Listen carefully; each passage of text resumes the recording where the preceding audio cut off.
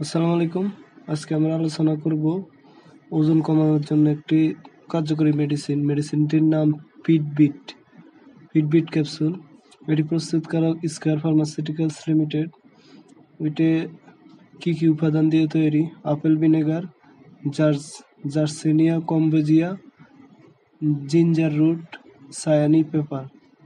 অর্থাৎ apple vinegar, আদার মূল এবং লাল মরিচ দিয়ে তৈরি করা হয়েছে ক্যাপসুলটি।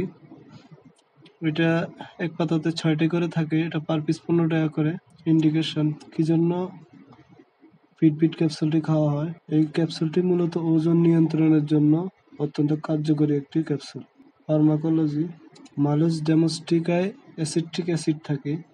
এটি লাইপোজেনেসিস কমায় এবং লাইপোজেনেসিস বাড়ায়। এটি ক্ষুধা দমন করে এবং তৃপ্তি বাড়ায়, যার ফলে ওজন হ্রাস পায়।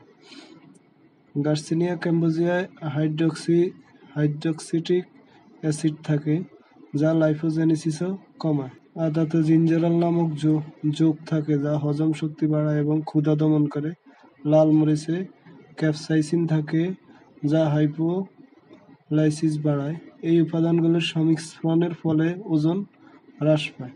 মাত্রা ও সেবন বিধি: একটি ক্যাপসুল দিনে 2 বার, সকালে ও রাতে, অবশ্যই খাবার পরে খেতে হবে।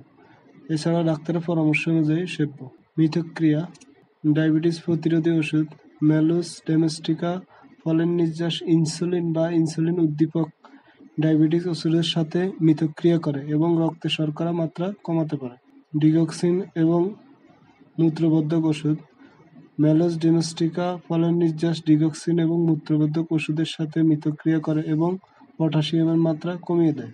কন্ট্রাডিকশন: সক্রিয় পদার্থ বা যে কোনো সহায়ক উপাদানের প্রতি অতি সংবেদনশীলতা।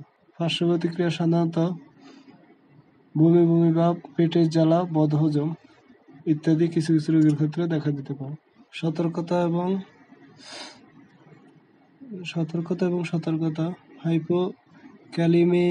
হাইপোক্যালেমিয়া রোগ নির্ণয় করে রোগীদের ম্যালুস ডোমেস্টিকা ফলের নির্যাস এড়িয়ে চলা উচিত, কারণ এটি পটাশিয়ামের মাত্রা হ্রাস করতে পারে। Therapeutic class: herbal and nutraceuticals. Storage conditions: সংরক্ষণের শর্তাবলী 25 মিলিগ্রাম সেলসিয়াসের নিচে শুষ্ক স্থানে সরাসরি সূর্যালোক এবং আর্দ্রতা থেকে দূরে সংরক্ষণ করুন। ওষুধটি শিশুদের নাগালের বাইরে রাখুন। এছাড়া যে কোনো মেডিসিন ব্যবহারের পূর্বে অবশ্যই ডাক্তারের পরামর্শ অনুযায়ী ব্যবহার করবেন। নিজে কোনো ওষুধ খাবেন না। ধন্যবাদ।